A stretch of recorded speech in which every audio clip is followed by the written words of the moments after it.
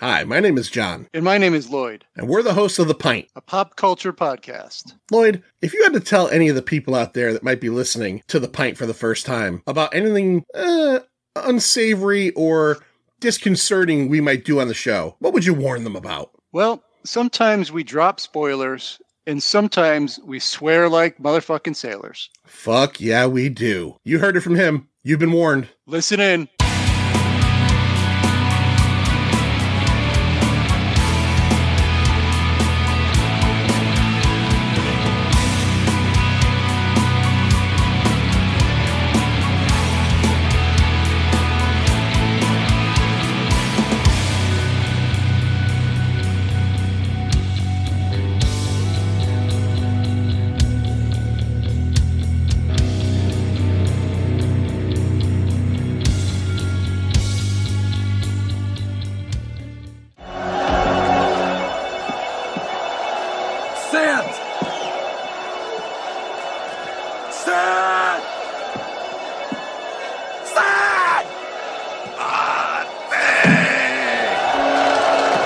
Welcome to your 276th episode of the Pint Podcast. In the fourth and final week of Dammeuary, we did Time Cop, Universal Soldier, Death Warrant. Now it's time to go all the way back to 1988's Bloodsport.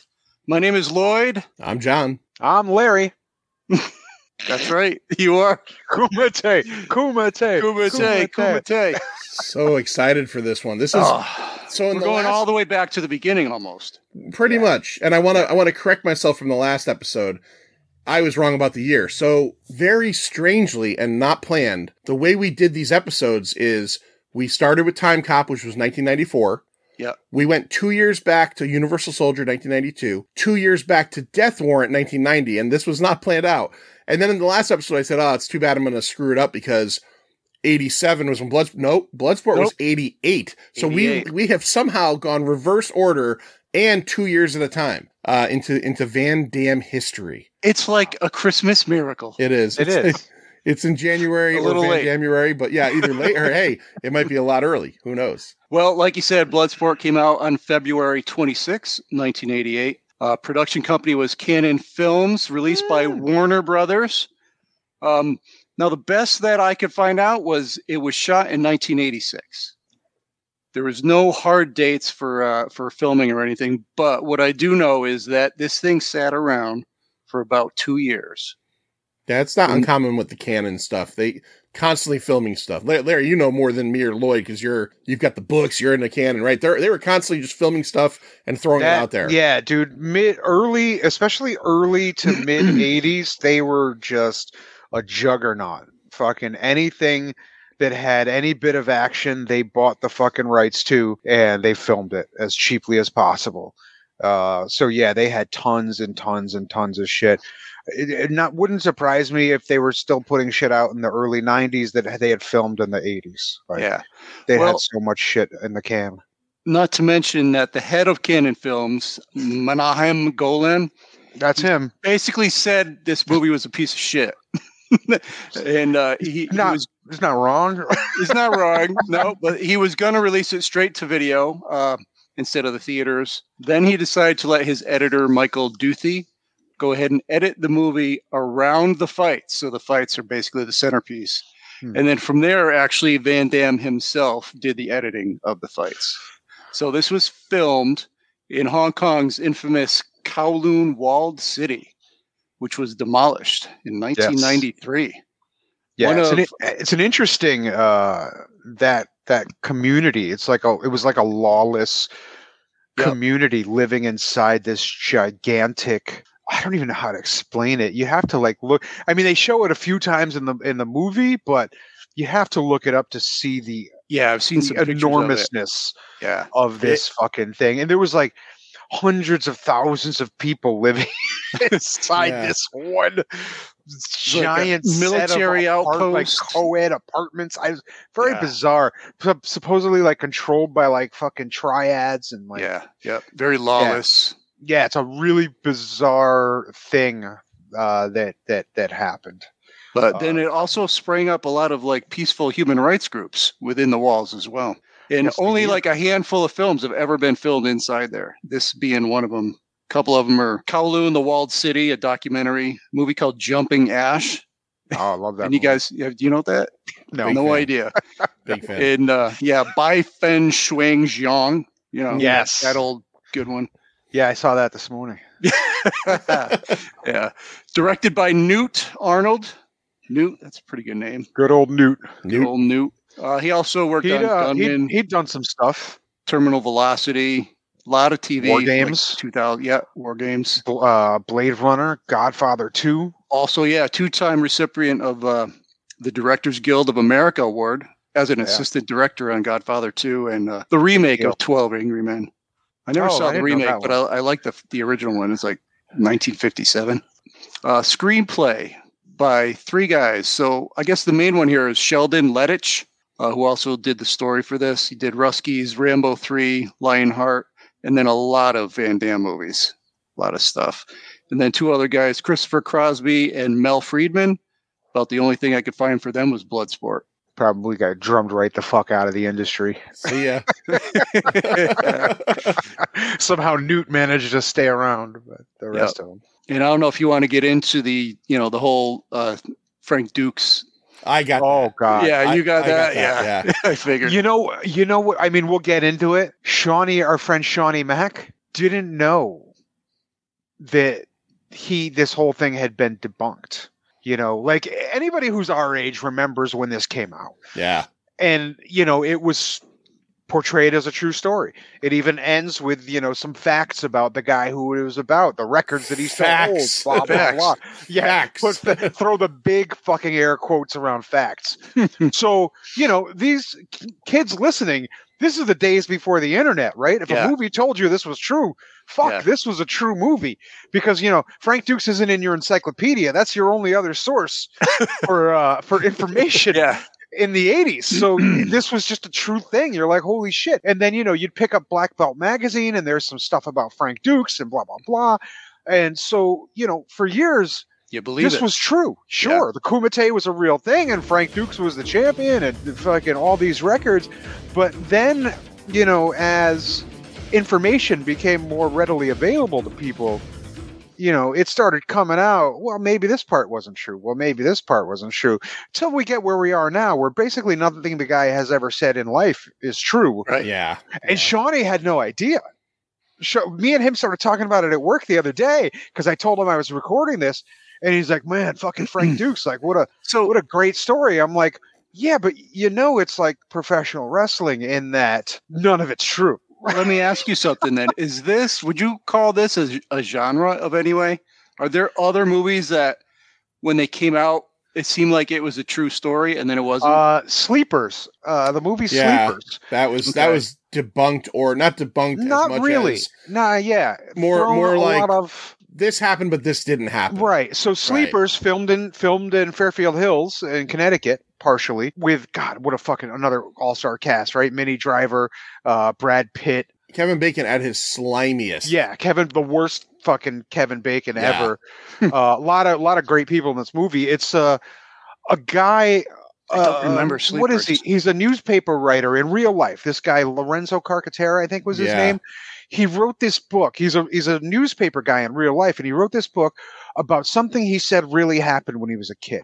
When he was a kid growing up in Brooklyn, Queens, somewhere in the boroughs, him and his friends, according to his book, mistakenly really hurt a guy.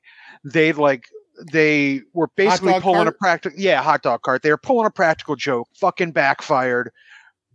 Almost killed this fucking... No, they did kill the old guy. That's right. They killed a guy with this hot dog cart. They dropped this guy's hot dog cart down these fucking steps, going down to a subway, killed an old guy. Judge threw the fucking book at them. Like, we know it's an accident, but you got to fucking pay the piper. Sent them to juvie for like a few years.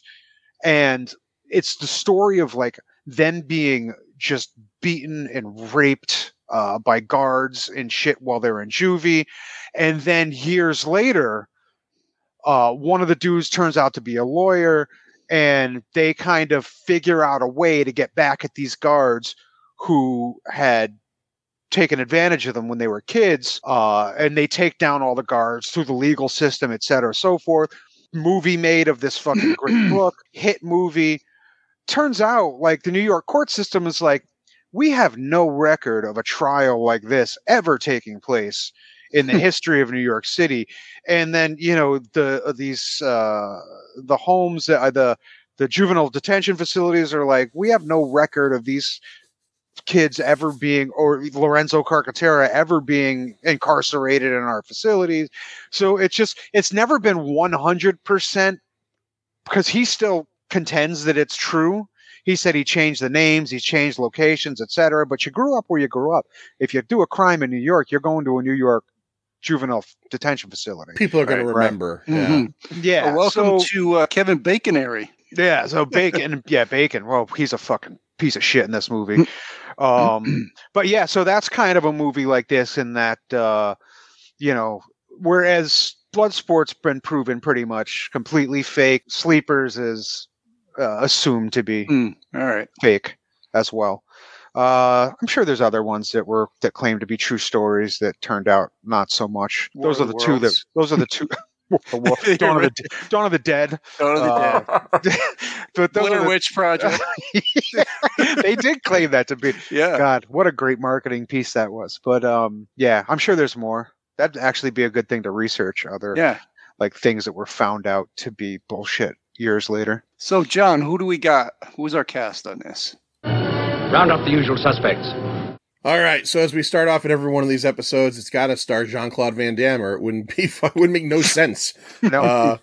So JCVD plays Frank Dux. Well, but let me get into the whole Frank Dux thing. I've got some notes here. So Frank Dux was a United States Marine Corps officer from 1975 to 1981. Was he, though? Well, okay, so here's the thing. Who knows? So this is what his story is. And they've proven he was a reservist. Right. He was a reservist. Now, he was in the Marine Corps in 75. Vietnam was over by the time he was in the Marine Corps. Yeah. One of the things he repeatedly claimed over and over again is that he went on a lot of special ops missions into Asia. Yeah. Where the United States government said, no, that's bullshit. You weren't there during Vietnam. There was no special ops, and he's kind of pushed back on that. That's one of the things right there. No. In 1975, he claims to have won a very secret tournament called the Kumite. The Kumite in real life, in his story, did not take place in Hong Kong. It took place in the Bahamas. 60 rounds.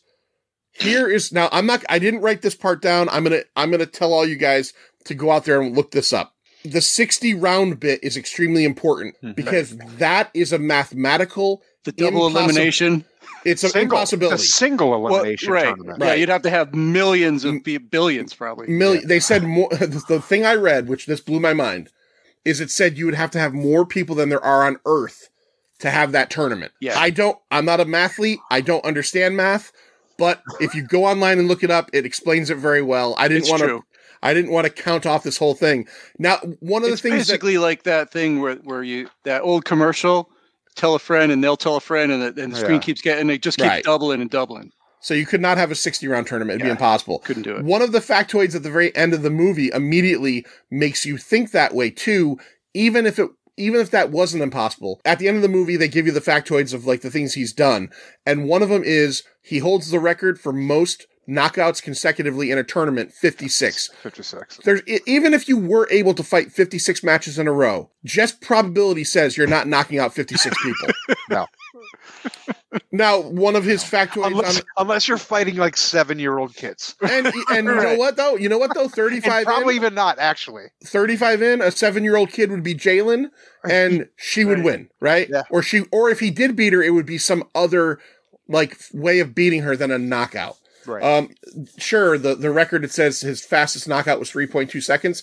That's believable. Sure. But 56 knockouts in a row. So the second that movie came up, that came up on the screen years ago, someone should have gone, that might have been what started it. Yeah. But it sounds amazing, right? You're like, fuck, this guy's a badass. This guy's a badass. Yeah. So here's some other things that he's been accused of. Obviously accused of stolen valor, because, Congressional Medal of Honor winner, according to his book. Right. You lie about military service, that's no bueno. And the best was he shows a picture of himself with his Medal of Honor, but unfortunately it's the version of the Medal of Honor given to the Army, and he claims to have been a Marine. Yeah. So, no. Claims to have trained in ninjutsu since he was 16 years old, trained by a sensei who nobody can say existed. Right. So his sensei has been called into bullshit territory as well. Yeah. Right. Just as secret as the Kumite. Right. Yeah. Dux Ryu Ninjutsu. He opened schools supposedly where he taught this, but they didn't last long. So there is just a ton. Now, another interesting thing about this is obviously he ended up becoming friendly with Van Damme at the time of this because, they got to know each other through making the movie. He helped to actually, choreograph this film. So years go by, and at one point he writes his own version of Bloodsport, like an updated version called Kumite. The ultimate Bloodsport reboot is essentially what it was going to be. He gives the script to Van Damme, and Van Damme says he wants to make it. And then through shenanigans, Van Damme ends up making a movie which I've never seen called The Quest that came out in I think the late 90s or early 2000s, which apparently is a version of what Dux claimed he wrote as the Kumite, and that Van Damme stole it from him. He also claims that Van Damme offered him fight choreographer jobs on Double Impact and I think Hard Target, and never came through with him. So he tried to sue the shit out of Van Damme, and guess who won? Van Damme. Van Damme won. Yeah. And the judge threw out all of this guy's claims. So I think let's just leave it. It's all based on that 56 knockouts, I bet. Yeah. The judge said, no way, 56, you're a liar. I honestly, I don't know, 60 round tournament. I guess I just never thought that broadly. But yeah, more people than are on Earth, right. or at least or years ago would have been possible. But this guy is the best. Is this guy's a complete idiot? Yeah. It's one thing to lie, but so he wrote this book about all these secret ops he did for the CIA, which the director of the CIA has come out and said, which is, CIA doesn't talk about anything, but the CIA director was like, listen, we don't ever respond to things like this, but we've just got to say this is so outlandish. We've never even heard of this guy. This stuff is just out of control. And he shows this picture of himself when he was in Vietnam, in a foxhole. Turns out that it's a still from a movie. This is, dude, just a few, going back a few years, and you can find this on YouTube. He sent out, he's like, I'll finally prove myself. Here's a video from the Kumite. This is me fighting at the Kumite, and it's this fucking video of this dude just knocking people out at this tournament, blah blah blah. Then some French dude responds. He's like, "I'd really appreciate it if you take this video of my father down." It's this French dude, Philippe, somebody a martial arts master from France. And it's a video of a tournament in Hong Kong from the mid '80s. The dude's like, what are you doing? That's not you. That's my dad. That sucks. This guy, Frank Dux, sucks, but... Yeah. If you're going to lie spectacularly. Yeah. He does. He does. Dude, so, and then we'll go into it even more. So, he was, at the time of this movie, he was big in the martial arts world. He was writing articles for Black Belt magazine, and you remember, anybody from the 80s remembers, your newsstands were fucking chock full of martial arts magazines. Oh yeah. Frank Dux was in all of them. Frank Dux and his stories of the things that he's done, blah blah blah. Because again, this is before the internet, when people just kind of had to take you at your word. Frank Dux went to a tournament in California, and a martial arts tournament, and started running his mouth about something, and was challenged and fucking got his ass handed to him. God, I made Sean look it up, and Sean found the guy's name. Based on that fight, the guy who whooped his ass got a ticket to UFC 1. The promoters of the first UFC were like, dude, you beat the fuck out of Frank Dux. I need you on the card. And the dude, the dude was a professional kickboxer. He went on to fight in UFC 1. The dude who beat the shit out of Frank Dux at this tournament. So yeah, well, I don't even know that Frank Dux was ever actually really trained in fighting. Let alone winning a Kumite. In 1986, when this movie was made, Frank Dux was just a he was a 38-year-old kung fu enthusiast who owned an ice cream truck on Long Island, basically. And then he managed to squeeze his way in. Right. His two real credits in fight choreography for Van Damme movies, before I move on past Frank Dux, are Bloodsport and Lionheart. He was involved in those. Donald Gibb played Ray Jackson. You got to know Donald Gibb because he's fucking Ogre from Revenge of the Nerds, right? And he's Ogre in this movie too. He is certainly Ogre in this movie. He apparently was in Hancock, the Will Smith movie, a small role in that. I haven't seen that in a long time. Leia Ayres plays Janice Kent, the reporter love interest. Completely unnecessary role in this fucking movie. But if you want to know something interesting about her, is in 1990. There was a Brady Bunch reboot show, and what's her name? Maureen McCormick would not play. She would not come back and play Marcia. So Leia Ayres, for 6 episodes, replaced her as Marcia. I could Brady. Totally see her as Marcia. Yep. Yeah, me too. Norman Burton plays Agent Helmer. He's one of the 2 military retrieval officers, I guess. That made no sense. Not quite sure what they are. Don't know what they are. He was in the Towering Inferno and Planet of the Apes. His partner. He was the more seasoned partner. You know, let's be always nicer. putting Forrest Whitaker down. He's the 68-year-old guy. Yeah, and then Forrest Whitaker, who plays Agent Rollins, was we talked recently about Fast Times at Ridgemont High, The Crying Game, and a million other things. Everything. Yeah. Bolo Young, the fucking man. The man plays Chung Lee. What's going on? That's Chong Lee, the current champ. You may remember him from Enter the Dragon. Yeah, you may remember him. He also was apparently in Double Impact, the Van Damme film. I haven't seen it in forever, so I have to go back and check it out. That guy is just fucking beefcake muscle. He was huge in Enter the Dragon. He was, and this is 12 or 14 years later, and now he's just this fucking. He's this beef castle Asian guy. He looks like a triangle on the top. Yeah. He's just all muscle. He loves to pop his titties. He loves to do little muscle flexes. Fucking probably the roundest pecs I've ever seen. He's got good round pecs. He loves to pump his arms. Yeah, he pumps his arms. Charlie.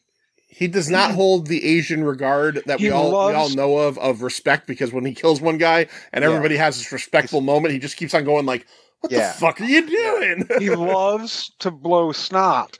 He sure does. He does. I watched this. I made each match. I told Lindsay last night we watched this, and I said, you got to watch the final fight with me. I said, I don't care if you don't watch the whole movie. And when he walked out into the mat and he does that, she goes, he just got to get the snot out. Yeah. She's like, give me a break. Dude, if you're his opponent, aren't you pissed? Like, I got to step in your fucking snot. Right. If I was probably all over his hand. Yeah. One of the best things they did in this movie, I think, continuity-wise, was how after 60 rounds in the movie of people getting their asses kicked, I did like the fact that the match just got nastier and nastier. Yeah. It was just like, if you went down on that mat, you were coming up with like syphilis or something. Yeah.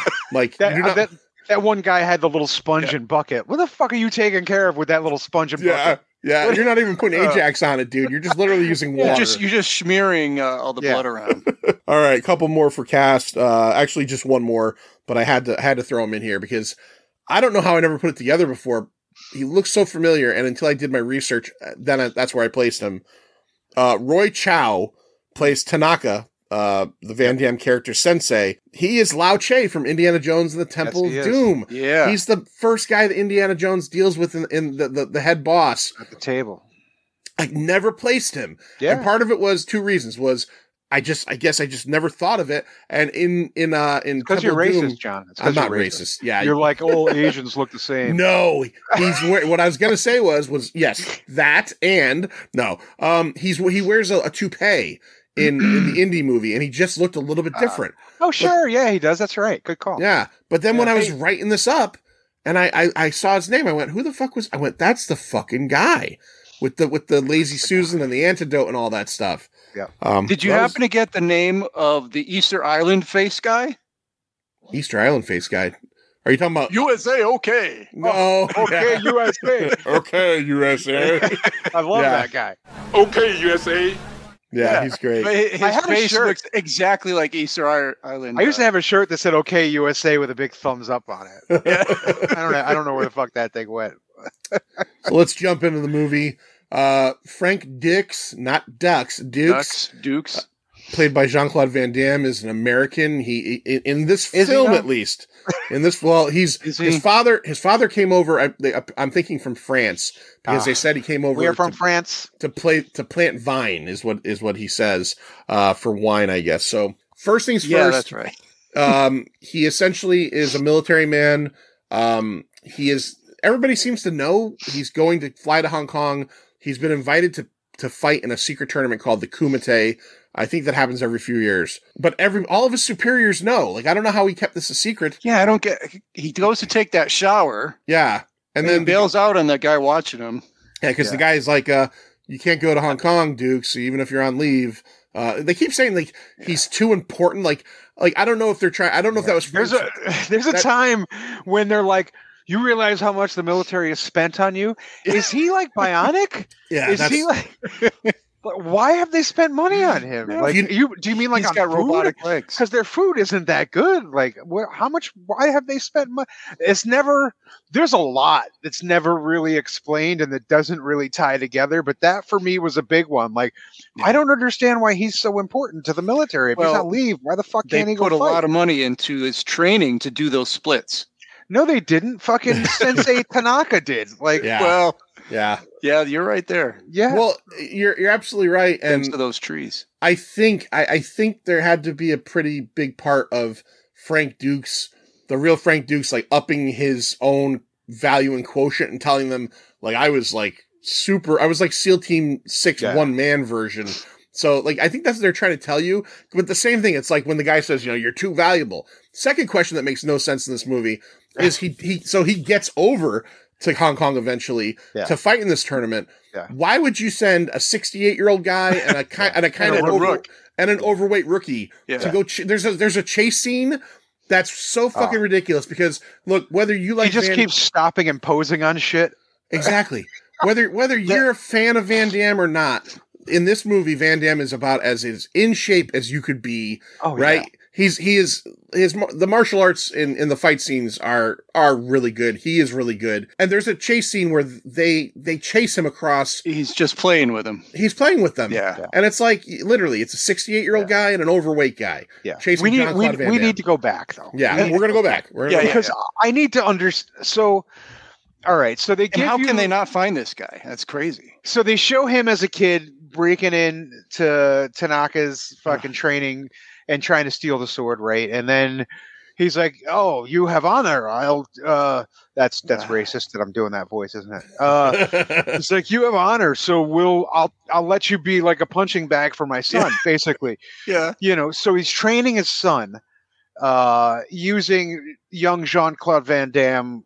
Not really training young Jean-Claude Van Damme, but using him as a sparring partner for his son. Yeah. And then young Van Damme is like, "Hey, I'm not going to just be a punching bag. I want you to teach me too." And he starts teaching him. So we understand that he starts teaching him, right? And then we flash forward. Can I jump in real quick? Can I just jump in one thing? Yeah. Was young Jean-Claude Van Damme the worst actor of all time? Ever. Almost as bad as old Jean-Claude Van Damme. Yeah, they're on a par. You could see him growing into him, but the kid is just so bad. Everything was stiff. I mean, there was when he reached down to help the kid, it's like, okay, bend over, reach that kid. He's like, yeah. No, it's not good. It's not good. You're 100% right. So then we're next at the funeral of Shingo, right? Shingo, is that his brother's? Shingo, the boy, the kid, right? Yeah. We're not told. So in my head, I'm like, okay, so I'm putting together a movie in my own head. Maybe Bolo Young killed him at the last Kumite, and that's why he needs to go to the Kumite to avenge his brother. I know. I'm trying to build a much too good movie. No, listen. Here's what happened in one of the conversations between Shingo and I missed something. Between Frank Dux and Shingo as kids, he says to him, "Someday I'm going to win the Kumite and make my dad proud and make my father proud." Yeah. So that's all it is. But why? Why does his dad care about the Kumite? I want to know that song. Why doesn't his dad? It's just the chant. Why doesn't his dad go fight? Just because of the chant. His dad's obviously the biggest badass of them all. He's teaching them how to fight. Don't forget because all the scenes with him is just him standing there and then Van Damme falling. But when his dad is training them, he's young enough. Fucking certainly, he's older than that big. I mean, younger than that big Japanese fucking sumo wrestler type guy. Like he's young enough to go fight in the Kumite. Why doesn't he go fight in the Kumite? Why is the Kumite so goddamn important to these fucking people? You know what it is? Why? How did the brother die? Do you know what it is? I don't know any of this, and I need to know. I'm gonna make things up to make you feel better. Okay. His father can't fight in the Kumite because he has the gout. All right. Makes perfect sense. He has the gout. He has the rich man's disease. Yeah. And the kid got run over by an ice cream truck. Okay. We're gonna go back to ice cream trucks again. Yeah, now, am I wrong that it would be a better movie if you find out that the kid was killed by Bolo Young because they said Bolo Young killed somebody in the last Kumite? What if it turned out to be the brother? Like, holy shit! Now we've got a movie. You just want it to be best of the best, Larry. I love best of the best. You know that's my fucking jam. Yeah, that's that. You're thinking of best of the best right now. Kinda, yeah. I think it's more like Van Damme is trying to take over Shingo's mission of making the dad proud. But I get what you're saying. Do you guys feel, Lloyd? I'm going to ask you a question. Do you feel that whole early segment should have just been a linear narrative and not a flashback? Not an 11. You know, from what two montages. Yeah. From what I could find, but I don't have any proof, this is the longest flashback in any film. Oh, it's an 11-minute flashback scene. You forget it's a flashback until they flash back to Van Damme staring at the wall, and then it goes back into his head again. Well, many times he stared at the wall in that flashback. Yeah. Holy shit. Did you also get the feeling a few times, maybe it's just me, that that Shingo's mom had a thing for Van Damme? Like, for sure. When he first came in, I thought he was going to make out with her. Yeah, I was wondering, is this like but he did have the most awkward embrace with her. It was so weird. He had an awkward embrace. He also had another thing he had in this movie. I pointed out to Lindsay as we were watching it, and I know it's very 1986 probably, but again, this guy's got a rock hard body. Like we see the scene after the obligatory, well, we don't get a sex scene, but the morning after, where he's putting on his little banana hammock. But why are you wearing your pants up to your nipples and a tank top tucked in? Why are you wearing your Z Cavaricis that high? His Z Cavaricis are belted across his nipples. Yeah. And he's got like a tank top on, and he just tucked in. And he just looks like all bottom half and no torso. Yeah. he's a strange cat, man. Yeah. Certainly. It's a strange cat. I'm glad Chuck Zito knocked him out. Yeah, Chuck Zito did knock him out. Yeah. So, all right, we're going to go off on a tangent. I heard an interesting story. So, of course, after watching this, I have to go on fucking deep dives on everything, right? I can't just go to sleep like a normal human being. I started revisiting, all of the Steven Seagal interviews where he's just shit-talking Van Damme. That guy's not a real martial artist, blah, blah, blah. I don't consider him. Then I come across this interview with Stallone. I'd never heard that before. I just read it 2 weeks ago. Lloyd, do you know this story? No, tell me. So at the party, right? At the party? Yeah. So for years, Seagal's a fucking egotistical fucking lunatic, but a legitimate martial arts guy. There's no two ways about it. Seagal was the first American to train people in Japan. It's a truth. It's verified. So he's legit. And, when you're a martial arts guy, of course, over the years, interviewers will ask you about other martial arts. They asked him about, I've seen ones with them asking about Jeff Speakman. He puts him down, asking about, Michael Jai White. He puts him down, and I'm like, hold on, Michael Jai. I grew up in the same town as that dude. That dude's legit. That's a legit martial arts guy. He's not a martial arts guy. Yes, he is. You're just being a douchebag. But every time they bring up Van Damme, he just kind of laughs, and he's like, he's not a real fighter. He's like a gymnast. He's not blah blah blah. This that. For years, he talked shit about Van Damme. So fast forward. Party at Stallone's house, which I'm sure, I picture a party at Stallone's house being a lot like the Playboy Mansion, probably, right? There's probably a grotto and chicks walking around with nipple tassels, I would assume. I would hope. But yeah, I would hope and would love to be invited one day.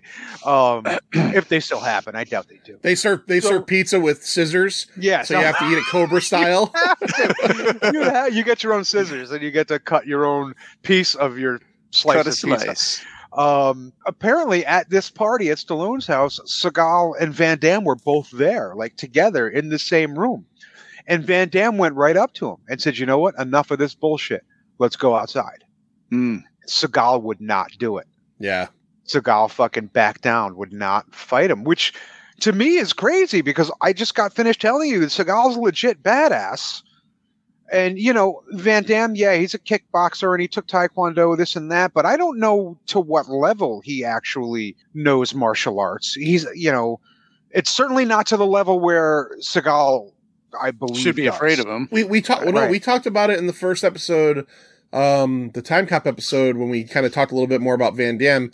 He was like a 9th level black belt in Shotokan. Oh, that's legit. And also took kickboxing, Taekwondo. He was high level in all of those. Okay. Yeah. So he is legit. But also, let's not, like, even though obviously he's a dickbag, super fucking strong too. right. And let's not be just because the guy's a dickbag.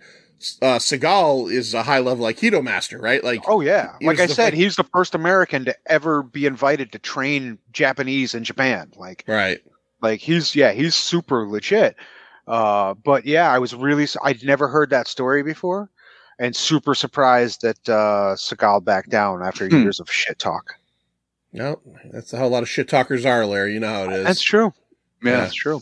It's true. So we get over to Hong Kong after he goes and sees. Now the son has died. Now years later, after he is trained, the father is dying, and he says, "Hey, I'm going to the Kumite. I'm going to take care of this shit for you." Now, meanwhile, very important, what are some of the very specific trainings he's undergone, Lloyd, that might help him if he were to ever get, I don't know, chalk dust in his eyes? Yeah.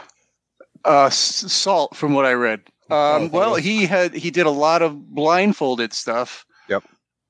Including being able to fully serve a table of people dinner and placing everything in just the right place, you know, moving his aperitif over. I was so hoping he was amazing. He can pour the hot tea. He could pour the blindfolded. I was so hoping he'd pour the hot tea into the old man's lap. Just like a young Frankenstein. That would have been fucking awesome. Yes, it would have been awesome. He's undergone all this kind of like blindfold training where we get the sense as an audience, and we see it on the screen, that he can, you know, tell when a punch is coming. Yeah. We also see him and like, the split thing too, doing splits constantly. So many. He does so. I think what did they say? Seven times. It was too many. It was too many. He does 7 splits in this film. The tree thing, though, you know, they made that look really intense and painful. But I wonder, that would hurt me, man. Yeah, of course. I mean, I don't think I can spread more than like 25 degrees. But he looked pretty at home there with it in that tree. He lives in a split at this time of his life. He does. You know, I wonder if he can still split. What is he now? Like 60? He's probably in his early 60s. Yeah. I bet you he could. He still looks good. I've seen pictures of him. He still looks good. Maybe a work, little, though, right? A lot of plastic face work, but the hair is going. Yeah. But the body still looks like it's in good shape at the very least. So, which is awesome after his gigantic cocaine habit of the fucking 80s and 90s. Yeah, he ripped some lines here and there. He also got married, like 5 fucking times? 5 times? Yeah, this guy is a serial. I think twice to the same person. Like, who does that? Stop doing that. Who does that? I can't. You hear about that from time to time. I can't tell you who it was. I was on Wikipedia the other day reading about something, maybe for the podcast, maybe not. But there was some celebrity that his first 2 marriages were 4 marriages because he married 2 different women 2 different times. In a row. So he married a woman, divorced her, married her again, and then married another woman, divorced her, married her again, and then married like 2 more fucking times separately from that. Wow. It's not going to work. Yeah. If it didn't work the first time, probably ain't working this time. He gets on the bus. Yeah. And luckily we learned that he's a better guy than he is because he meets Ray Jackson, who's like an American, I guess he's a street fighter. He's a street fighter. But our first introduction to him is he's just harassing this poor woman on the bus. Like, yes, he is. But then after that, we forget that he's too handsome for you. Yeah. It's good to see that Ogre is still an alpha. Yeah. You know. Yeah. At heart. And so when they meet in the restaurant and they're playing that Kung Fu video game. Yeah. Did you take a look around them? That game does not belong in that restaurant. Well, is it like a fancy restaurant? A fancy restaurant. There's like old people like all dressed up in the background. I didn't notice. after we have our fourth course, I'm going to kick your balls in a game of Karate Master 4. Was that Get the quarters, bitch. that was, what's it called? I play that used to be in the laundromat that I used to play, like my cousin friends. Dave. My cousin Dave used to play that there were 2 games that if you gave my cousin Dave 1 quarter, you were there for 3 hours. Yeah. One of them was Galaga. Oh, and then that one, which it's driving me crazy that I can't remember the fucking name of. I don't know the name of it, but I certainly played it. I have certainly played it. And they were so stiff playing that game, man. Oh, yeah. Oh, yeah. No buttons either. It's all joysticks. Yeah. It's like everything they're doing is by joystick. So they become fast friends, and they both find out that they're going to be competing in the Kumite. During all of this, it's Karate Champ. Karate Champ. All right, I've definitely played that. The old man and the Rook are over looking for him, and we kind of get scenes going over to them, searching for him, going to like the Chinese police just and trying to find bubbling idiots is what they are. Yeah, we get a very strong sense that the Kumite is a very secret thing that nobody's willing to talk about. One of my favorite lines in the entire movie, and it's completely passed over, even by the characters, is the 2 guys, the Rook and the old man are eating lunch at this. Oh, the eel. They're eating eel or something, and they're very poorly not using their chopsticks. And Forrest Whitaker drops part of his dabbing it. He drops. They never bite anything. They're just moving food around. They're just moving it around. Never bite anything.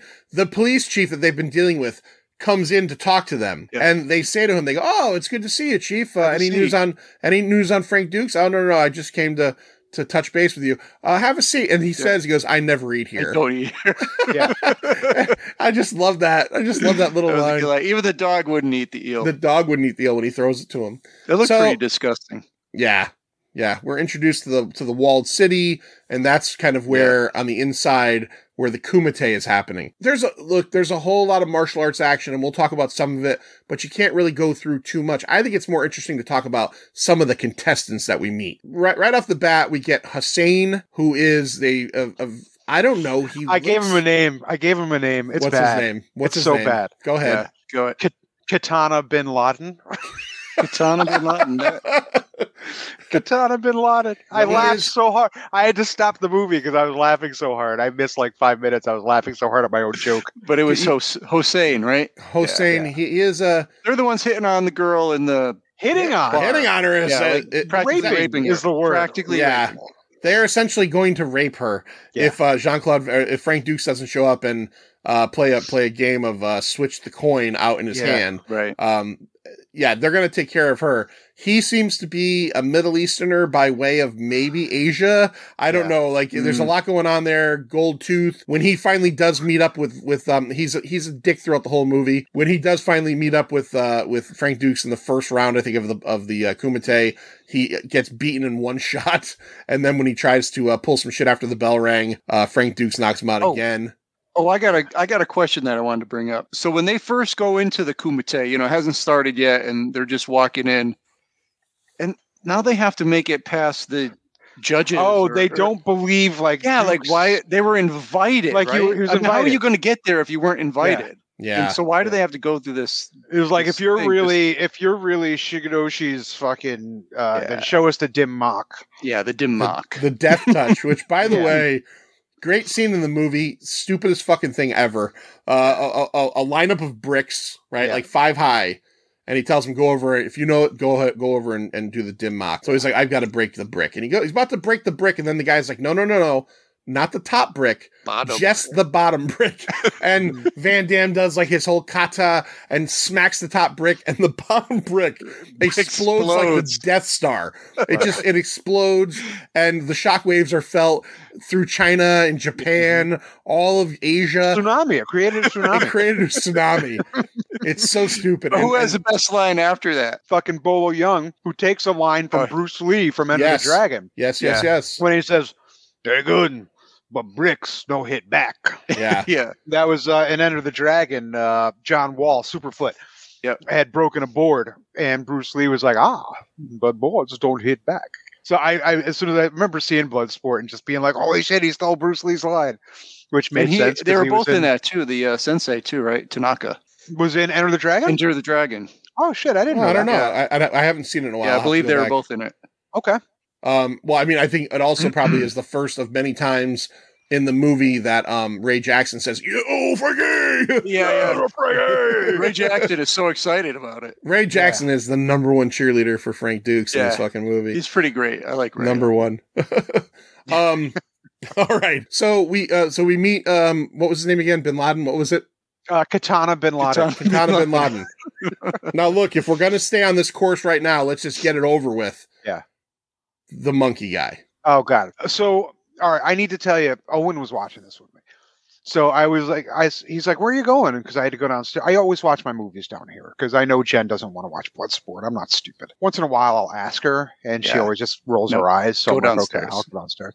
So I was like, Owen, hey, you want to come watch this? He's like, what is it? I was like, Bloodsport. So what's it about? I was like, it's about karate. He's like, all right, I'll check it out. And Owen just turned 8 in November. And he just, as soon as they showed that guy training and rolling around and breaking the coconuts, he just kind of like looked up at me slowly, and I was like, just don't ask. Yeah. That was another time. Let's just pretend this isn't happening. Right. There's no need for.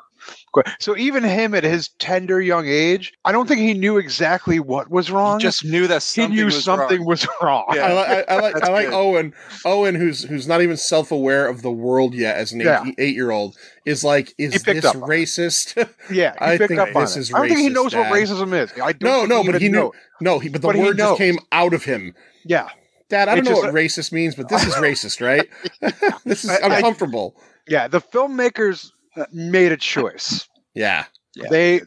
When they were writing these characters, I assumed that the screenwriters, handed in their 6 pages of screen, because there couldn't have been more than 6 pages to this script, right? Oh, yeah. They handed in their 6 pages, and then the rest was like, okay, now we need to flesh out these characters, right? We need Katana Bin Laden, the fucking middle. We need chubby sumo guy. Yeah, we need a sumo guy. We need a couple of actual like Chinese martial artists. Yeah, right. We need a Brazilian guy who looks like John Turturro. Yeah, Paco Boxer. Yeah. Who's a legitimate, he's a legitimate Muay Thai guy. Yeah. Yeah, I love that stance. Yeah, he's a legit fucking dude. So they're fleshing that out, and then they're like, all right, we need a black guy. And then we need a monkey guy. I don't know who in the writing room they're like, okay, we need a black guy, and then wrote this description of what the black guy should do. That's not a style, right? It's none I've ever seen. I don't say it's. I don't claim to know all because he's so low. Yeah, such a low center of gravity, and he's literally just jumping up and slapping people on the top of the head. Yeah. Quick and darted under people, and I think he choked a guy out. I think he jumped on a guy's back. Because he advances. He advances. He beats somebody, and then fights the sumo wrestler, who I assume was a built sumo wrestler. He seemed like a sumo wrestler. He was like big and fat. He was just solid. Yeah, he seemed to me to be almost like Japanese Andre the Giant, kind of. And he beats. He looked like Antonio Inoki. Remember that fucking wrestler? He looked kind of like him. He bear hugs the guy. Whatever. Problematic character. The problematic character. I was super relieved later in the movie when they introduced another black fighter, and he was not. I was afraid. I was like, oh no, is this going to be another guy with this style? It's bad enough. Like I said, people got in a room with a list of, very not much detail, maybe it just said black guy on the top of and then somebody started writing under it, okay, here's what he'll do. And nobody stopped this. Nobody said, hey, this isn't a great idea. Right. But it was 85, 86. Listen, that might pass if it was 1948. Yeah. I might say, okay, There's a lot of cringe in the 80s for sure. Yeah, there's a lot of cringe. Yeah, no, there is. Yeah. This is the first time, I've got to admit, the first time in seeing this movie, I've seen this movie a bunch of times, I haven't seen it in a couple years, but this is the first time I noticed that when the finals happen, the stage is much bigger. not Yeah, only bigger, but they incline. lift up. Higher, right? They make it into a skate ramp, basically. Yeah. They fight on a half pipe. I never noticed that before. I wanted to do tricks. I wanted to see if I could do tricks on it. What did you think of the liaison that they were given? The little kind of American Chinese. What was his name? Jin? Jin or something. Consulate. I like that guy. I didn't. I like that guy. I thought he was cool. He was fun. He's a fun character. He was fun, but I just didn't understand why he was necessary. He uses a Bruce Lee he uses a Bruce Springsteen reference at one point. I think just trying to hammer home what time period we're in and how much he understands about America. No one was really necessary except for the fighters in this movie. You're right. And Tanaka. You're right. We'd already mentioned the reporter, right? How completely unnecessary. Yeah, we haven't spoken of her since then. Right. And the crazy part is that when you normally introduce a character like that, who's completely useless to the plot other than to give him a not needed love interest, you get to see her tits. They never even did that. No, we didn't even get that. We got that in the other movies. Yeah. Nothing. I was like, Owen looks again, I'll go back to Owen. She makes her way into the fucking, she finds her way into the arena. Owen just looks at me and goes, "Oh, sneaky." Yeah. How'd she get there? That's right. Yeah. She went through that seedy alleyway. No, she hooked up with one of the rich gambler guys. Yeah, I think she hooked up with, was it the guy that was a major Frank Dux fan? They didn't show. Yeah, the guy who was always "Hey, how you feeling today? I'm putting a lot of money on you." Blah blah blah. I was waiting for this movie to pivot where the guy's "I want to buy you for a night." Yeah. The movie to turn into Indecent Proposal. He tells Dukes, even better. Frank Dukes is sitting in a pile of money, and the guy's fucking Ray Jackson. And then even better than that is when they're all said and done, and they're have these moments where they're well, I feel like such a nasty whore, but at least it was worth it. They find out that in China, that amount of money is only $17. Right, American. It's I let that guy touch my anus.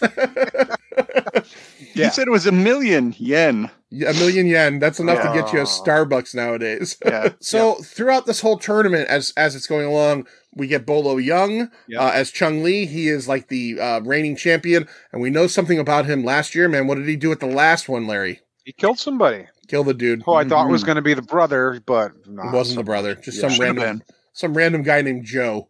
He killed. They never mentioned who it was, or no. That would have been a good flashback, right? Could I have a flashback of that? But no. Larry, we had 11 minutes of flashback. We had a lot of flashback. You think they spent the flashback budget that was it?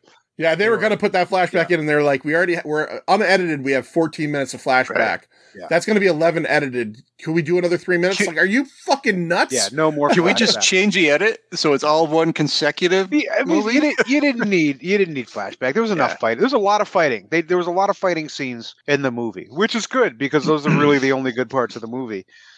Chung Lee broke Bryant Gumbel's leg in one. He did. No way. I was like, is that Bryant Gumbel? How did he get in this fucking movie? Went from John Turturro to Bryant Gumbel. The original, the very first Chung Lee fight, that was pretty good. I mean, he just goes there, gets the guy, holds his neck, and pops him one right in the face. It seemed pretty quick. Mm-hmm. And then not quick enough though. Then Dukes comes in. You break my record by 2 seconds. You break my record. Now I break you.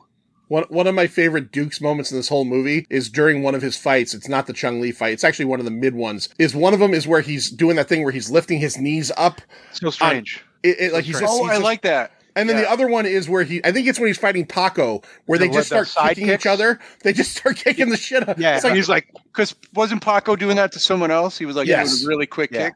Yeah. But it's where you've got to really appreciate the conditioning of these guys because Larry, I think any with three of us and Lloyd being in the best shape, you kicked me I one would time die. like that. Yeah, I would die from that I'm kick. going down. Yeah, you kicked me one time like that. There's no way I can breathe. There is no it's over. possibility I'm breathing. Not a fucking chance. Not a chance. So how surprising was it when Ray gets in the ring for the first time or on the mat and you don't know anything about this guy? He's not a jacked up guy. Right. He's not a fighter. He's not a martial artist. No. I don't know how they never said how he got invited. How if you're just a dude who maybe gets into a fight in the strip club parking lot on a Thursday night, how do you get invited to this, elite competition? No idea. in another country. His roommate is like an incredible martial artist, and he took his mail. He took the invitation. He did like a Jack Black School of Rock type thing. Like, but he didn't have to prove himself. They called for the teacher, and Jack Black's like, yeah, sure, I'll be right there. He Dewey Finned it. Yeah. I wish that, again, ways to make this a better movie. Like, right? Couldn't that, and then he turns out to be a good fighter. Like, that would have been he was like pretty good. I was angle. impressed with his fight. It's not really a fight. And then he turns to Chong Li, and he's like, I want you. I'm going to kill you. That was actually one of my favorite scenes, right? So he starts getting kicked in the face by a legit martial artist, but because he's so fucking large, doesn't hurt him very much. And he literally just hammer fists the guy in the face, right? Yeah. He just fucking bonk. Oh, that's right. And just smashes the dude unconscious. And then immediately starts calling out Chong Li. One of my favorite parts of the whole movie right there is just the look on Chong Li's face when he's just looking at everybody else around him like, what the fuck is this guy? Yeah. Yeah, Chong Li is a terrible man. Mind? But he's funny as fuck. He's funny.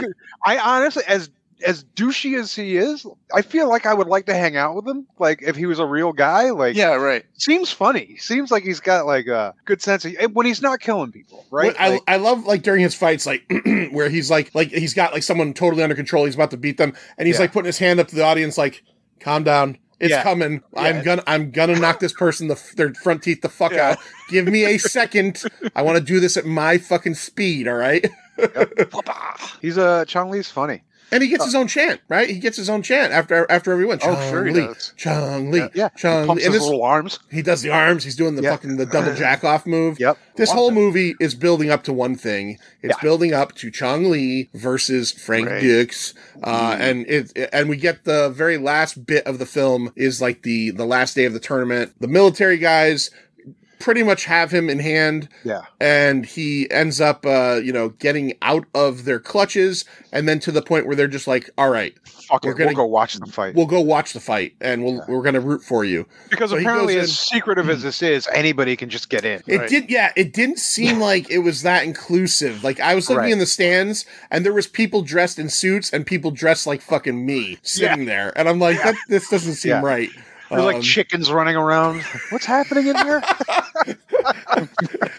There's always chickens running around. Yeah. There's a fucking vendor. There's a guy with a little Italian ice fucking cart coming through. Spumoni. Where was the dude who, like, at your local parade had the cart full of like fucking? Well, he's got the strap around his neck. And he's got the ice box in front of him. He's got all the fucking neon like bracelets and fucking necklaces. Dude, when you said local parade, I expected you to say the Shriners are driving around in their cars. Oh my god! Like all the guys who run the Strand like have fezzes on. We kind of passed over the whole fact that Chong Li almost kills Ray in a match. We can't miss that. We can't miss that. So we're talking about Ray. So Ray finally gets his wish. He gets Chong Li, and Chong Li throws a couple of kicks. He hurts Ray a little bit, but then Ray lands a couple. He thinks he's got him down. Ray knocks him down. Ray lands a couple big shots and knocks him pretty close to out. But Ogre's a fucking idiot. And he just started, look at him, Frankie. And he's like walking around the ring, pointing at him. And even Chong Li like gets up to his knees, looks at him and shakes his head like, you fucking idiot. Like, he knows Chong Li was beaten. All Ray needed to do was get on top of him and get over there. Yep. Get on top of him and land a flurry of punches. And at that point, any of us could have beaten Chong Li. He was done. Yeah. Just had to fucking choke him out. But, Chong Li just shakes his head, gets up and fucking fucks him up, boy. And then, you piss Chong Li off, he will take your clothes. Apparently, he certainly did. He will kill you and then declothe you. So he steps on fucking Ogre's head and then just takes his fucking headband off, his Harley Davidson headband, his Harley Davidson headgear, and like holds it real tight, like fucking snaps it, shows it to Jean-Claude Van Damme. And he's like, now I kill you. Or something. I don't know what the fuck he says. And we get the great Rocky IV moment where Van Damme tries to stop the fight. Yeah. No, he's reaching out, but it's like it's too late. And fucking You know like that said, actually happens in Kickboxer, right? We didn't do Kickboxer. I'm surprised. Very surprised you didn't do Kickboxer. I haven't seen Kickboxer in a long time, and when I picked the 4 films, it was literally the first 4 films I thought of, and I just said, fuck it, I don't want to, too many times on the show, we spend so much time going, this one or that one or that one, and I just said, fuck it, let's do these 4, but Bloodsport had to happen. But there is, that part happens in Kickboxer. Right, because his brother dies, right? Yeah, believe it or not, there's a flashback. His brother is fighting, I can't remember the main guy's name, the dude with the bald head and the fucking long hair in the back. And it fucking starts getting a fucking beaten by his brother, and Van Damme throws the fucking towel in the ring, and this dude just kicks it back out and starts and fucking kills his brother. And I'm like, holy fucking Rocky IV moment. Yeah, total Rocky IV moment. So, okay, so now it's a vengeance for Ray thing. Yeah. It's a honor for my sensei thing. Right. It's all that stuff. So we get to the final fight. The finals, the final day, semifinals. It's Dukes versus Paco. Yeah. Yep. And Chong Li versus who the fuck? An Asian guy. Oh, just like a random one of those good Asian fighters. Hold on, who beat the big Japanese? Oh, Van Damme beat the big Japanese guy by punching him in the dick. In the dick. Yes, that's right. Not talk about that. Yeah, first he got him in the gut, and then right in the crotch. He did right up. It looked like he did the death touch on his gut. Like right. That's what he did. But then the dude just started flexing. He's like, I was like, and then he did the shunting move from like Society, where he went up underneath, between the legs. So do you think he punched him in the dick or in the asshole? He punched him in the entire, or in the area between the taint. You think the taint. Yeah. The gooch area. They call it the gooch. He goes down into a split and he rocket uppercuts this guy in his fucking I wonder if he used the middle finger. Taint. Ooh, he goes fucking 3 knuckles deep on the guy to give him a little pleasure when he goes down. Right. And funnily enough, like as I watched this, I said to myself, is that a legal move? Is that a legal move in the Kumite? But then I remembered the Kumite, it's okay to kill your opponent. Yeah. So if you can kill somebody. If you can kill somebody, you could kick him in the dick or punch him in the dick. Yeah. So so he uppercuts the guy in the junk, and then the guy still doesn't fall. So then Van Damme has to touch his forehead. He goes over and just gives him a mush, and then the guy goes down. Which is a move from Popeye the movie. Yeah, right. Robin Williams does it to the very last guy in Rough House's restaurant. Just finished beating up everybody, and he turns around. There's one guy still standing there with his fists up, and he taps him on the forehead with his pipe, and the guy just falls down. It's like, oh, okay, Popeye moment. Bloodsport, Popeye, not influenced by Popeye at all. All right, so yeah, we get the semifinals. The Paco Dukes fight is one where they're kicking each other back and forth. Good fight. Frank Dukes wins. Fights. The other fight is a little bit more important because that's the one that ends with Chong Li mercilessly killing this guy. I think he disables him first, and then the guy was beaten. He was already beaten.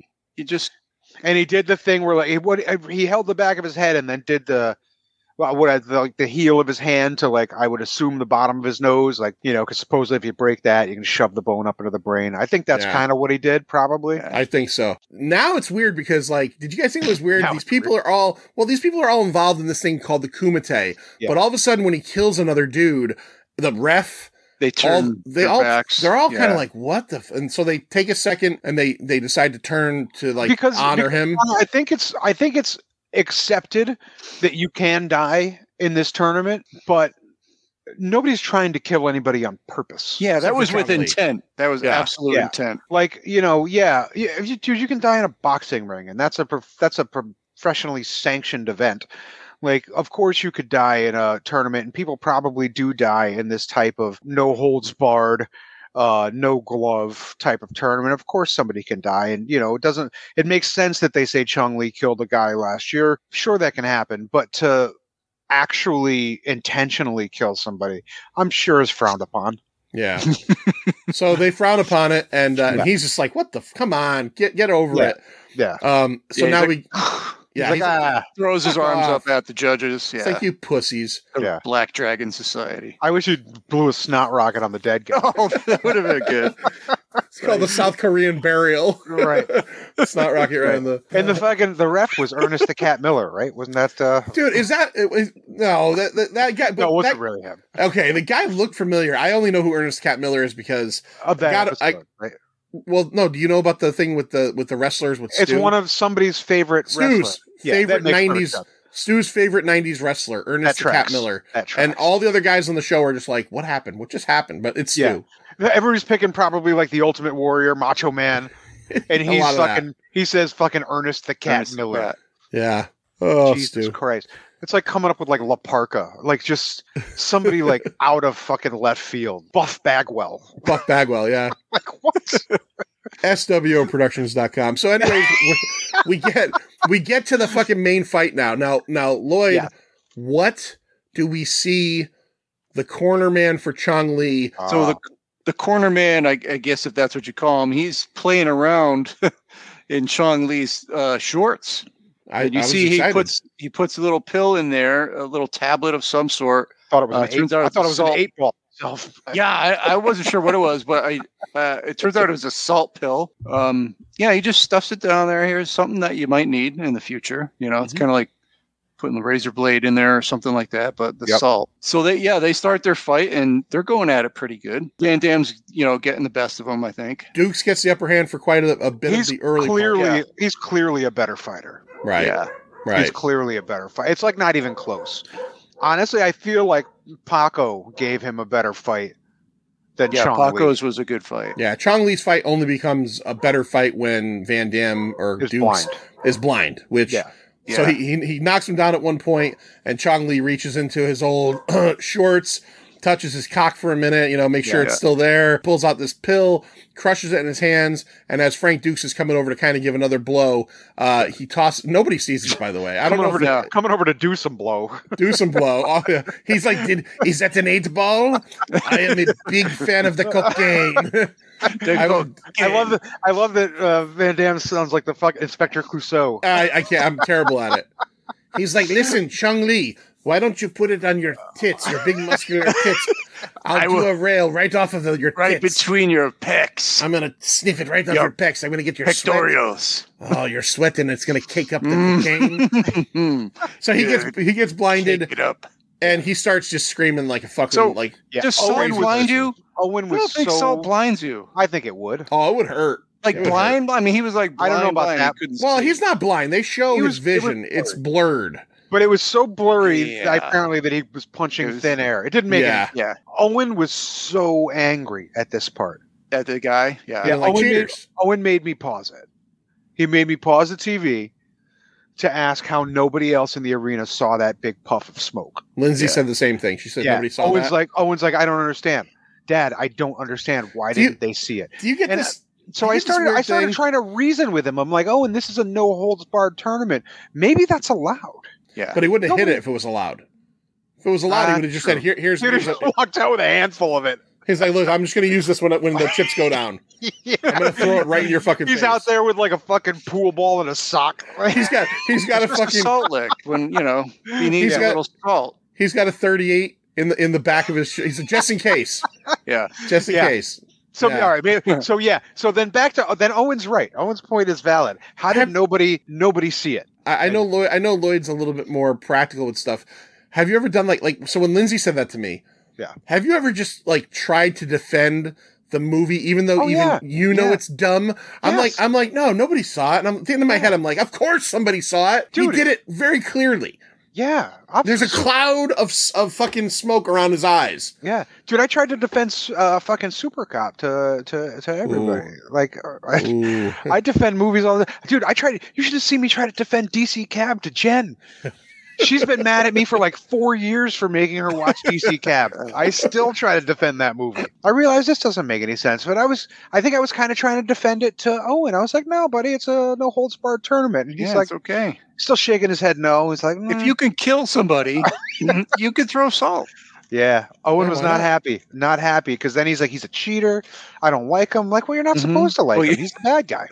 That just solidified it for him. Oh, I think Owen's it made me realize I think he was rooting for Chong Li the whole time. Well, hey, I think some people have to, right? I mean, he's got that look, man. You can't help but like him. So somebody out there though somewhere has like taken a list and has been like, okay, so in the Kumite, it's okay to rocket punch someone's taint into oblivion, and you can kill a guy, right? But salt is illegal. Let's draw the line at fucking salt in your eyes. Hold on a second. Did the Japanese guy kill the black guy? He definitely seemed like he went limp.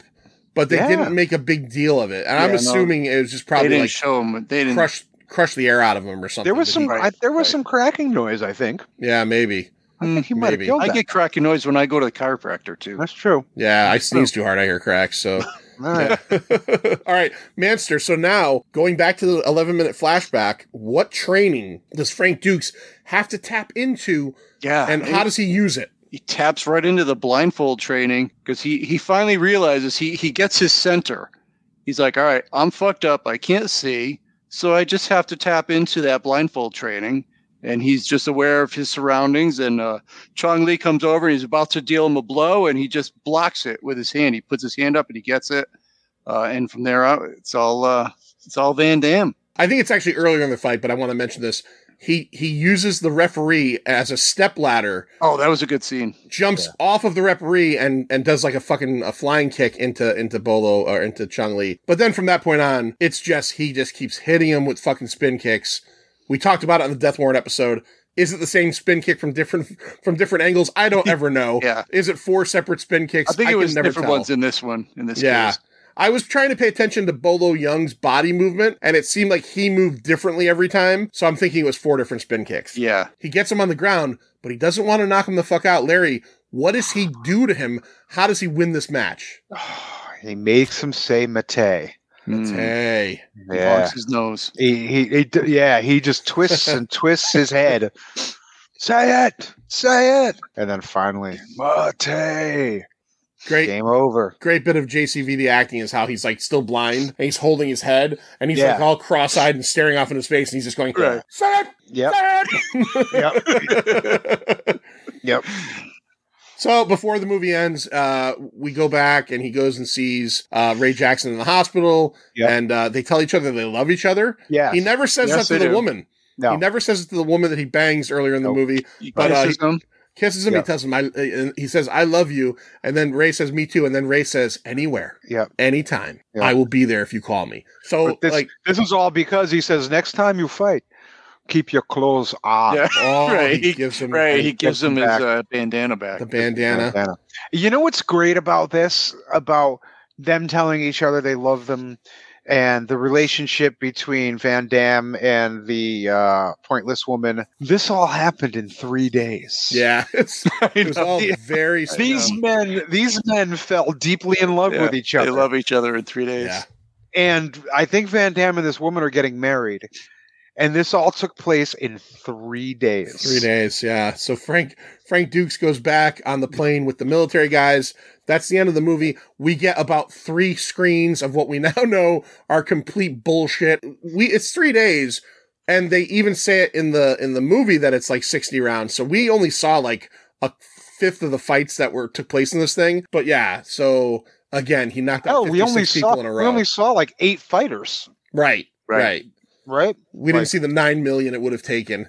No. It's such bullshit. But all right, so that's the story of Bloodsport. Now I'm going to bring us in, and we're going to talk a little bit about the box office. What's in the box? What's in the fucking box? So this was the weekend of February. What was the date, Lloyd? 22nd? 26. 26. So it's 26th through the 28th of 1988. By the way, we didn't mention that this movie is right now celebrating its 40th anniversary, right? Or 35th. Right now, this movie is celebrating its 35th anniversary. That's fucking insane. I remember renting this movie with my buddies as a kid and watching it over and over again in the same 3 times in a row in one day. Yeah. I watched it at my cousin Dave's house like constantly. Yeah. Constantly. So number 5 that weekend, it had been out for 10 weeks. This is when movies came out and stayed out. Made $5.2 million. Ted Danson, Steve Guttenberg, and Tom Selleck. Oh. 3 men and a baby. 3 men. 3 men and a baby. Number 4, out for 11 weeks. $3.4 million. Nicolas Cage doing a very suspect Italian New York accent. Oh, Moonstruck. Yeah. Moonstruck. Number 3, a movie I love. I saw it in the theaters with my dad, and I have not seen it in so long. Our buddies at Forgotten Cinema did an episode about it, and apparently it's really hard to find. Like, it's not on DVD yet, or if it is, it's out of print. $3.5 million, out for 3 weeks. Sidney Poitier and Tom Berenger and Clancy Brown, Kirstie Alley, Shoot to Kill. Oh, okay, yeah. I don't think I've ever seen it. Oh, it's a good one. So Sidney Poitier is a federal agent. Clancy Brown is a serial killer who they think has infiltrated this group that is going on like a nature survivalist hike. Definitely never seen it. And Tom Berenger is a survivalist that Sidney Poitier hires, and they go to find. It's a good movie. It's a really good movie. Shoot to Kill. I saw that a long time ago. Number 2 that week. Just opened as well as Bloodsport, made $4.4 million. Frantic with Harrison Ford and Paris. Mm-hmm. And the number 1 movie that week was not Bloodsport. Aww. Bloodsport was the 19th movie that weekend. It made $516,000, only shown in 123 theaters. The widest it got was 124 theaters, so one more theater took it on. And I think it made a total of $11 million worldwide. It was a domestic-only release. But the number 1 movie, which did do well, 10 weeks, $5.2 million. I'm gonna give you guys each a chance to think 1987. We'll go to Larry first. 88. 88, right? Pardon me. 1988. I keep saying 87. Larry, Robin Williams. One shot. What movie do you think it was? 88? Yep. Now, it had been out for 10 weeks, so it came out in 87. Popeye. No, that was 1980. Yeah, no. Lloyd, what do you got? Oh, toys. No, not toys. Not toys. Robin, it wasn't Good Morning Vietnam. It was Good Morning Vietnam. Oh, all right. Oh, yep. Good Morning Vietnam. Great movie. You know, a movie I saw in the movies. That was just that weekend? That was just that weekend. I didn't go any further than that. We talked about the box office. We talked about the movie. We got to rate this thing. So let's rate this thing. Got to rate it. Are those your grades? Yep. I don't think that I deserved an F. Do you? All right, Manster, why don't you start us off? 0 to 5. 0 being the worst, 5 being the best, half and quarter scale usable. As always, what do you give 1988's Bloodsport? I am not going to go deep like I did in a lot of the other ones. I'll just say some absolutely terrible acting. The beginning of the movie is so bad. But I'll tell you, once it gets to the actual Bloodsport, the fighting, the Kumite, it's undeniably fun. The nuances of the different fighting styles is really fun to watch, and it's entertaining. It's not a good movie, but it's a solid, for me, the highest of all these movies, 3 out of 5. All right. I'm going to go with the old countdown and say low, but that's all right. Yeah. We'll save Larry for last. I'll go next. Keep in mind, this is the first time I've ever seen this movie. What? I am not a lifelong fan. Wow. No, so this is just first impression. All right. So I'll go next. I'm going to go 4. This is a 4. I've always loved this movie. It does everything this movie has to do right. It does right. All the martial arts stuff is great. The tournament stuff is great. The final fight is fucking stupendous. The fight before the final fight, especially Frank Dux is really good. So all that stuff being said, I give it a solid 4. Why does it not go any higher than a 4? Because some of the stuff you mentioned, right? The acting isn't necessarily that good. That's a way of putting it. There is some severe, like when you get right down Pat Morita shirt on Larry. Yeah, I love it. There is some severe, like, bad stuff in here. Like the kid who plays Van Damme is terrible, Van Damme. Right? Some of the dialogue isn't great. There's, like Larry said, there's not a lot of connectivity. The love story is fucking ridiculous and is literally just there. You mean the love story with him and Ray? Because that's not too bad. No, that's what I was going to say was the love story between him and the Kent, the Janice Kent character is terrible. If they had taken all those scenes out and given you some more bro time between him and Ray, I would have liked that better. Yeah, I would have liked that better. Right? So yeah, and also as we talked about, there's a little bit of cringiness in there involving like the racial stuff, particularly with that one African American gentleman. Also, after Larry reads off his, I've got some of the Pint Insiders, so we'll go to them too. Larry, what do you got? Yeah, like you said, like my cousin Dave's house, this was constantly, like we went through. Like we would find a movie and that's what we would watch for like 2 months, right? Yeah. Like it would just like, that's how it was with Reservoir Dogs. That's how it was with Friday. Like, there are just Friday. some movies. Yeah, there are just some movies like we would discover it and it would just be constant rotation. And this, Hard Boiled was another one that was on fucking forever. Yeah. But we discovered this and it was just like, holy shit. So is this a good movie? No, in no way, shape, or form is this a well thought out, well scripted, well acted, well directed, well anything except for choreography, maybe. Fight choreography good, which is funny because since that was Frank Dux, wasn't it, supposedly? Right. But yeah, supposedly. We haven't learned that was bullshit yet. That's coming. Right. But goddamn, I still fucking love it. It's still the older I get, the more I realize how idiotic all this stuff is, how it just doesn't fit together, how it makes no sense. There's scenes just to have scenes in the movie. Yeah. They make no sense. The whole Forrest Whitaker and his boss portion makes no sense. Them chasing them around fucking Hong Kong, them eating it, sliding their food around at the restaurant. Them chasing around Hong Kong with dustbusters. Yeah. Yeah. Just the reason Frank's even over there. None of it makes any sense, but it doesn't matter. It could, because the action is so good. The fights are so good. They're cheesy, but it's okay. And it's still entertaining. Owen loved it. Like I said, with the exception of how angry he got when Chong Li threw the powder and nobody stopped the fight. Like, he got really Owen's a stickler for the rules, man. Yeah, he is. He's pretty hardcore when it comes to rules. I think for entertainment value, rewatchability, as bad as it is, listen, there's bad movies, right? I love Lady Terminator. We'll talk about it all the time. It's a bad movie, but I fucking love it. Super Cop's a bad movie, but I fucking love it. Samurai Cop is a bad movie, but I love it. Yeah, it's great. And Bloodsport's a bad movie, but I love it. I'll go with 4 with you. All right. Couple 4s and a 3. That sounds pretty good. Let's talk about some of the Pint Insiders. These are the folks that go to patreon.com / I don't know. Just go to / the Pint. Just slash, whatever. Slash it up. Slash it up. $2.50 a month.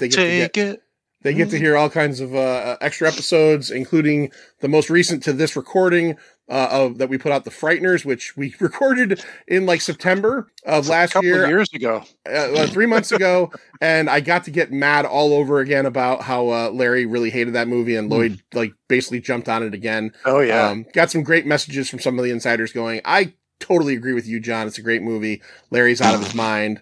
But let's read what they say about Bloodsport. We got a few of them here. First off, we talked about him a little bit earlier. Great friend of the show. Great friend as well. Totally. Shawnee Mack. Sean's a funny guy. 4.5 stars. Wow. He says the gold standard of Kumite films. He's absolutely right. He's right there. Yeah. He is 100% correct. I have a feeling, since I've never seen this. This is probably a 5, actually. Yeah, probably right. I think nostalgia plays a really big part in this movie. 100%. Because I've never seen it before, so I have no nostalgic feeling for it. 100%. I think Larry said it better than I did, but I'm in the same boat as Larry. I watched this all the time as a kid. I love this movie. Ian, our good friend Ian. So Ian's going to be disappointed when he hears what we talked about earlier in the episode. This one is damn near perfect. Badass training montages, great soundtrack, Ogre from Revenge of the Nerds, tons of one-liners, a yoked Bolo Young, all types of fighting styles, inspiring games like Mortal Kombat, which is true. It's true, yeah. Creators of Mortal Kombat based Johnny Cage on Van Damme's portrayal of Frank Dux. Dude. And it's based on a real guy, Frank Dux. Sorry to tell you, Ian, when you listen to the first half, all about the bullshit of Frank Dux. When this movie is on TV while browsing, it fucking stays on, and then he signs off with Kumite. Yeah. Well, first of all, Ian, do a deep dive on Frank Dux and get prepared to be upset. And secondly, not only did it inspire like Mortal Kombat, it inspired the UFC. Yep. Yes. This cross, fighting of different styles. Like this is where the UFC got the idea from Bloodsport. My buddy Rich, from the 3FN podcast, great podcast. Check it out. 4 stars for sure, maybe higher. I need to rewatch it soon. The Officer, The Sheriff, Mike Simonetta, 4.0, easily Van Damme's best. So what if the true story, quotation marks, this is based on is mostly made up? Hell of a movie. And finally, we'll end it off with our guest from the last episode on when we did Death Warrant. Shocking Things, John Peck. Bloodsport is the quintessential Van Damme film. This deserves a minimum of 4 stars. Bolo Young and Donald Gibb were perfectly cast in their roles. A lot of folks agreeing with us there. A lot of folks agreeing with us. Good for you. You're all 4s and above. I think I need to rewatch Kickboxer because I always considered that to be the second best Van Damme movie. I need to see if it holds up. That's one I haven't seen in quite some time. Yeah, me neither. Maybe we should do that one on Patreon instead. Yeah, I just remember the guy voted. The Patreon's glue, okay. Putting the glue on his hands and then putting them in the glass before the fight. And the broken glass on their fucking hands. Ah, so good. So I always think of that, but I always think of the Hot Shots Pardue bit where they do that, but they do it like in all the sundae toppings, like peanut butter and like sprinkles and Reese's Pieces. I always think of that. The Pint, a pop culture podcast, is a co-production between The Pint, which is Lloyd and myself, and our Pint Insiders. I just told you a minute ago, go to Patreon/The Pint. We're focusing on a different insider every episode this year. Who are we shouting out today? Today is our good buddy, our partner in CT Horror Fest at the desk. Always hangs out with us. It's Chris Frodell. All right, Chris. Chris, you go to Arguing with Myself on Facebook. Follow him on Twitter. He likes to write up little reviews and blurbs on things. He also recently, has joined up with our buddy Andrew Morgan and Shane Beauregard, and they have started a podcast in the last year called Recent Activity, where they essentially go through all of their most recent activity in what they've watched, TV, movies, what's come out. You could find them at Recent Act Pod on Twitter, and I believe it's the same on Instagram, but also go check Chris out. Chris, great friend. We love you, buddy. And again, if you've ever come to CT Horror Fest and seen me and Lloyd and gone, who's that other good-looking fucking guy? It's always Chris. It's always Chris. Chris hangs with us every time. Always there, CT Horror Fest, 12 hours. Our boy. No questions asked. No questions. Just shows up, punches the time clock, and then just comes and does it. So we want to thank you, Chris, for your patronage. We love you, dude. So it's the end of Dammeuary. It's over, Johnny. I want to say thanks for listening. Next month is going to be Forgotten February, as we have done the last 3 years. Our buddies over at Forgotten Cinema, who their show is actually ending in April, but they run Forgotten Entertainment, where we had our show on the QT a few years ago. So this year, what we're going to do, instead of a takeover, we're just going to do different episodes with different folks from different shows on Forgotten Entertainment. So that'll be fun. The one that we definitely have settled, there's 2 we have settled right now. We're going to be doing the 40th anniversary of Blue Thunder with the Forgotten Cinema guys. And then with the Recent Activity guys, we're going to be doing top 5 favorite films of 1998, because that's 25. That's fucking 25 years ago. It feels like yesterday to me. It's crazy. Yep. Lloyd, tell us where everybody can find us and then get us the fuck out of Dammeuary. Yeah, you can subscribe to us on any podcatcher that you like. We're there. And if you would, go ahead and give us a review. You know, we don't ask all the time, but we sure like to get some more reviews, some more downloads, get us out there more. Facebook and YouTube, The Pint, a pop culture podcast, and Instagram and Twitter, it's at The Pint Podcast.